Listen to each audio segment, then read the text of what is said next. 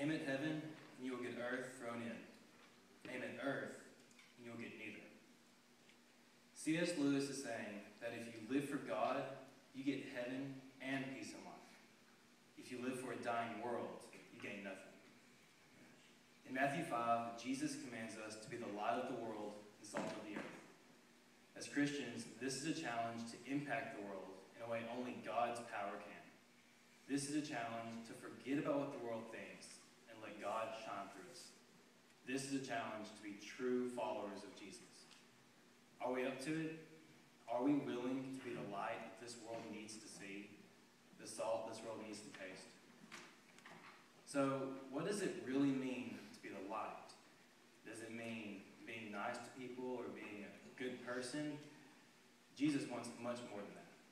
He wants us to walk in the light and tells us why we wouldn't walk in the light in John 3:20. For everyone who does wicked things hates the light and does not come to the light, lest his works should be exposed. Light shines on everything, good or bad. It's important to remember that darkness will never overcome light. Light will always overcome darkness. This means that the more you walk in the light, the less darkness you have, and the closer you are to God. It's incredible what God can do with just a small flame. Carl Jung once said, as far as we can discern, the sole purpose of human existence is to kindle a light in the darkness of mere being.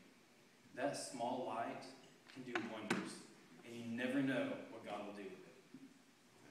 The same question relates to the salt. What does it really mean to be the salt of the earth? We are the salt, but if salt has lost its taste, how shall its saltiness be restored? In Matthew 5:13, Matthew confronts us about our lack of flavor or desire to devote ourselves to Jesus. If we are lacking, we are no longer good for anything except to be thrown out and trampled under people's feet.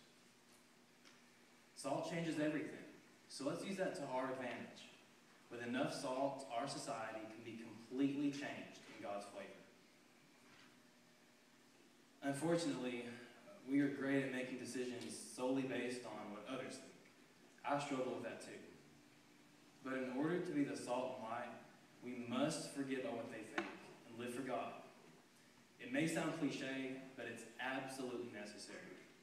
In Ephesians 5:8, Peter says, "For at one time you were darkness, but now you are the light in the Lord. Walk as children of light." It's a simple command, but it's one that we continue to fail. Why is that? Besides the fact that we are sinners, we are swimming in the same path the world is.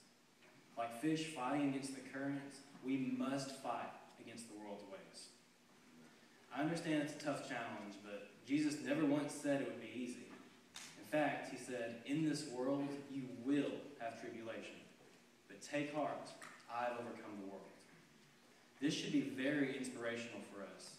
We can stand up for God and live for him and know that we're on the winning team. We cannot lose, so why act as if the world has already won?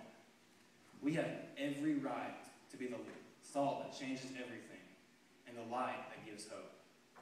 After all, the least we can do for our Savior is to live for him. If we are the children of a living God, we certainly should act like it. If the God who spoke the whole universe into motion has come into our lives, and we aren't being the light and salt, then we have some work to do. Not everyone outside will like the changes they see, but everyone needs to see it. So the question remains, are you willing to be different for a God who is willing to save you? The world needs to see a God living through us, not just our church buildings. Let's live for something that's worth living for. Thank you. Amen.